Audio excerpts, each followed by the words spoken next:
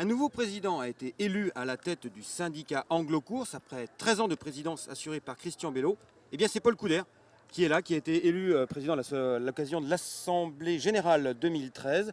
Bravo Paul. Quels sont tout de suite les objectifs que vous allez apporter à ce syndicat Anglo-Course?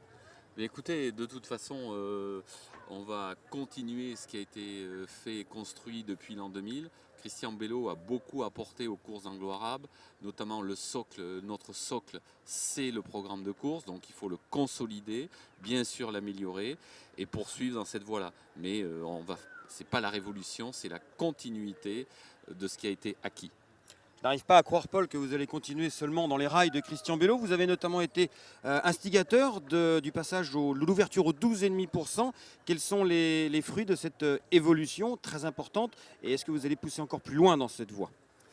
L'évolution au 12,5 était fondamentale pour l'anglo-arabe puisque nous avions un problème génétique. Donc l'ouverture au 12,5 nous permet un brassage génétique, l'apport de sang nouveau. Et étant bien entendu qu'on va aller dans cette voie-là et qu'il faut à la fois consolider les 50% parce que c'est la base de l'élevage et s'orienter aussi sur les courses d'obstacles. Et là, le 12,5 va nous aider à aller sur les courses d'obstacles de la filière anglo-arabe et aussi essayer de fabriquer, de formater des chevaux qui iront contre les pur sang et contre les AQPS. Aujourd'hui, le monde de l'anglo-arabie est un peu réduit, trop sans doute réduit. Est-ce que vous pouvez nous donner les chiffres de la jumenterie, des naissances et justement les possibilités pour que ces chiffres augmentent?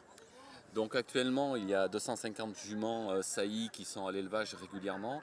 Et je pense que l'ouverture à 12,5 va nous donner une bouffée d'oxygène sur l'évolution de la race. Parce que quand on a des étalons comme Bénévolo de Paban et Fairplay du Pécos, ce sont très bien des étalons qui peuvent saillir des bonnes pur sang. Puisque l'un est un fils de la Virco qui est maintenant mort. Donc ce sont des chevaux qui peuvent aussi produire avec des croisements à l'envers.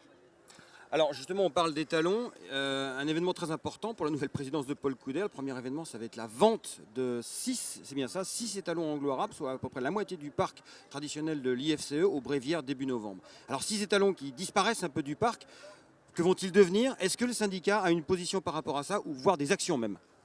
Donc là-dessus, on va essayer de favoriser le rachat de ces étalons par leurs propriétaires éleveurs.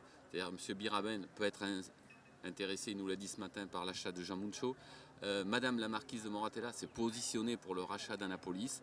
Et donc on peut s'orienter sur des actions ponctuelles et après trouver des partenariats avec des étalonniers, car c'est un vrai métier que d'utiliser et d'exploiter la carrière d'un étalon. Très bien.